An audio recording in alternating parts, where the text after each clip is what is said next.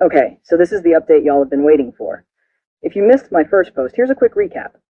My boyfriend Ryan, of 2 years, publicly humiliated me, dumped me, and made me pay for a huge dinner bill. To make things worse, I found out he was basically living a complete lie about his job. So here's where things get wild. I called Vanessa from the parking lot, sobbing so hard she couldn't even understand me at first. She came straight to my apartment with a pint of Ben & Jerry's and a bottle of wine. The real MVP of the night. Between ugly crying and stress-eating cookie dough, I told her everything. She was livid, and I had to talk her out of driving straight to Ryan's place to cause a scene. But that's when she started asking questions about Ryan's work. His role, the project he mentioned, the business trips. Then, she dropped the bomb. Ryan isn't who he says he is at work. Turns out he isn't some hotshot marketing guy about to get promoted. Nope, he's an assistant who makes coffee runs and schedules meetings. All those business trips? Complete fabrications. The big presentation he mentioned? He was just doing the slides for the real team. His fancy LinkedIn title? A total lie. I felt like such an idiot. For 2 years, this guy had been lying about basically everything, and I never once questioned it.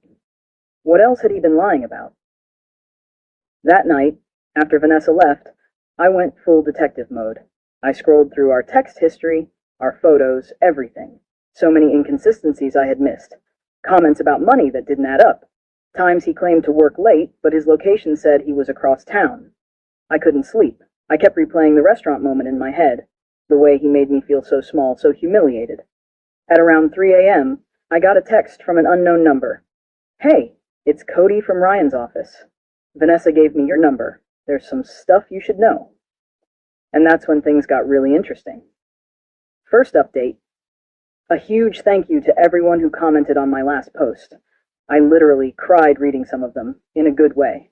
So many of you asked for an update, so here's what happened next in this absolutely wild situation. After finding out from Cody that Ryan had basically been living in a fantasy world, I spent the next few days in that gross post-breakup fog. You know, the one where you're crying into a pint of ice cream one minute, then angrily scrolling through old photos the next, wondering if any of it was real. My apartment was a disaster zone. Dishes piled up, laundry everywhere, and about 7 empty DoorDash bags scattered around because cooking felt impossible. The worst part? I kept having these moments where I'd think of something funny to text Ryan, then remember what had happened, and it felt like being dumped all over again. My brain was stuck in this loop. Did that actually happen? How did I not see this coming?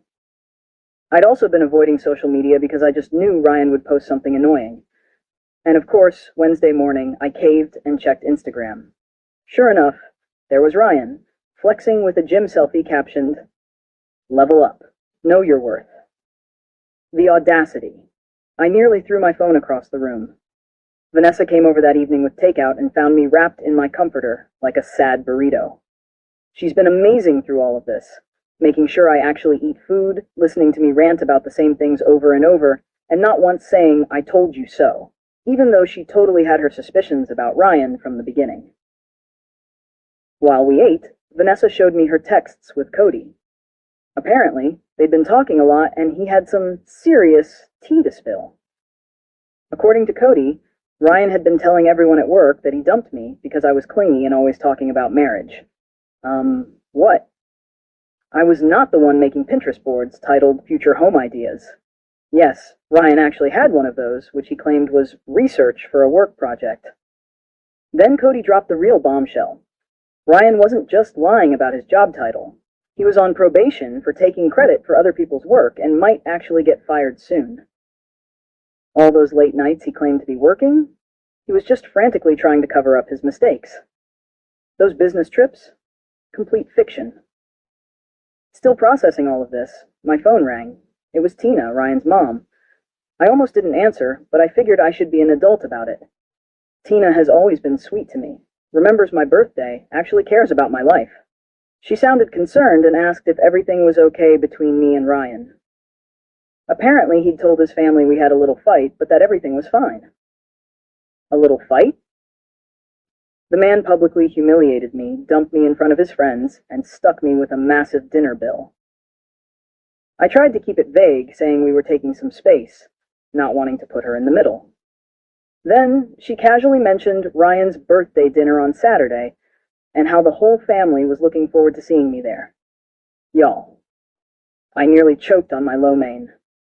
Ryan had told his family we were still together and that I was coming to his birthday dinner. The dinner was at his parents' house, and apparently he'd told them we had big news to share. Big news. My foot. After hanging up, I sat there in shock while Vanessa looked at me like I'd grown a second head. She was like, "Is he delusional or just a pathological liar?" Honestly, I was wondering the same thing.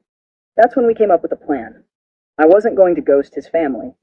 They had always been kind to me, and they deserved to know what kind of person Ryan really was. But I also wasn't going to cause a scene or be vindictive.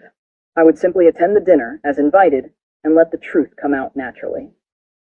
The next day, Cody met me for coffee. Slightly awkward since we'd only met through Ryan, but he turned out to be really chill. He confirmed everything and even added more details about Ryan's work lies. Ryan's supposed team? It was just him and 2 interns. The big presentation he claimed to lead last month? He was just operating the slideshow while his boss presented. Cody seemed genuinely upset on my behalf, saying he'd always thought Ryan's stories about me seemed off. Apparently, Ryan would come to work complaining about me being high maintenance when, in reality, I was paying for most of our dates toward the end.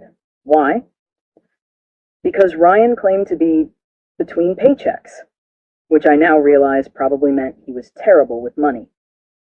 Midway through our conversation, Cody got a text from their boss asking if he could come in Saturday evening to help with some emergency project. Cody was bummed because he had plans, but then I had an idea. What if Cody needed to drop something off at Ryan's parents' house during the birthday dinner? The timing would be perfect. As we were figuring out the details, my phone buzzed. It was a text from Ryan, the first one since the restaurant disaster. It said, "We need to talk about what happened. I might have overreacted." Might have? I showed Cody the text, and he nearly spit out his coffee. Overreacted is when you get annoyed about someone being late, not when you publicly humiliate your girlfriend of 2 years and stick her with a $300 bill. I didn't respond. Let him sweat. The next 2 days were a blur of preparation. I wasn't going to this dinner unprepared. I dug through old texts, finding all the lies. Dates when he claimed to be at work, conferences that didn't exist, stories about coworkers that Cody confirmed were fabricated, even photos Ryan posted of himself at work events. They were just downloaded from the company website. Friday night, Vanessa came over to help me pick an outfit. Part of me wanted to show up looking amazing just to spite him, but we decided the best approach was to look nice, but not like I was trying too hard.